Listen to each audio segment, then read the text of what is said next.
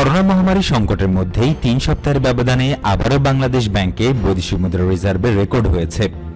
এবার reserve ছাড়িয়েছে ৩৮ billion বা ৩,৮০০ কোটি ডলার। এ নিয়ে মাত্র ২ মাসের ব্যবধানে রিজার্ভে ৫বার রেকর্ড হল।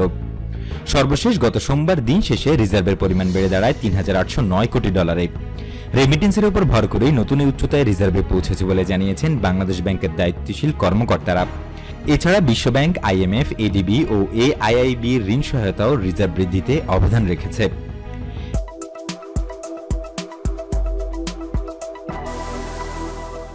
এদিকে রিজার্ভের অর্থ স্থানীয় প্রকল্পে বিনিয়োগ হিসেবে ব্যবহার করতে চায় সরকার।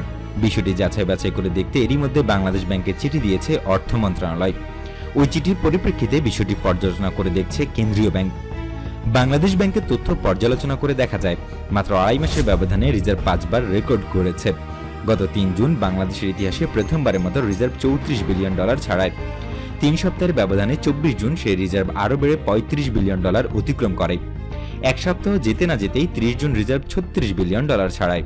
এক মাস পর ২৮ জুলাই রিজার্ভ ৩৭ বিলিয়ন ডলারের ঘর অতিক্রম করে।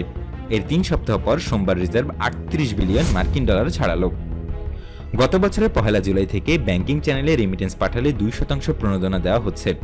এই প্রণোদনা দেওয়ার ফলে ১৯-২০ অর্থ বছরের শুরু থেকে প্রতি মাসেই রেমিটেন্স বাড়তে থাকে। তবে বিশ্বে ছড়িয়ে পড়া মহামারী করোনার প্রভাবে গত অর্থ বছরের ফেব্রুয়ারি, মার্চ ও এপ্রিলে রেমিটেন্সের গতি নিম্নমুখী হয়ে পড়ে। রোজার ঈদের মাস মে থেকে আবার ঊর্ধ্বগতি ধারায় ফেরে রেমিটেন্স এবং কোরবানির ঈদের পর এই ঊর্ধ্বগতি ধারা বজায় রয়েছে। বাংলাদেশ ব্যাংকের তথ্যানুযায়ী চলতি আগস্ট মাসের ১৬ দিনে ১০১ কোটি ৬০ লাখ ডলারের রেমিটেন্স দেশে এসেছে। গত বছরের আগস্ট মাসের এই ১৬ দিনে ৮১ কোটি ৮০ লাখ ডলার রেমিটেন্স পাঠিয়েছিলেন প্রবাসীরা। এছাড়া গত জুলাই মাসে ২৬০ কোটি ডলার রেমিটেন্স পাঠিয়েছেন প্রবাসীরা। বাংলাদেশের ইতিহাসে এর আগে কখনোই এক মাসে এত বেশি রেমিটেন্স আসেনি।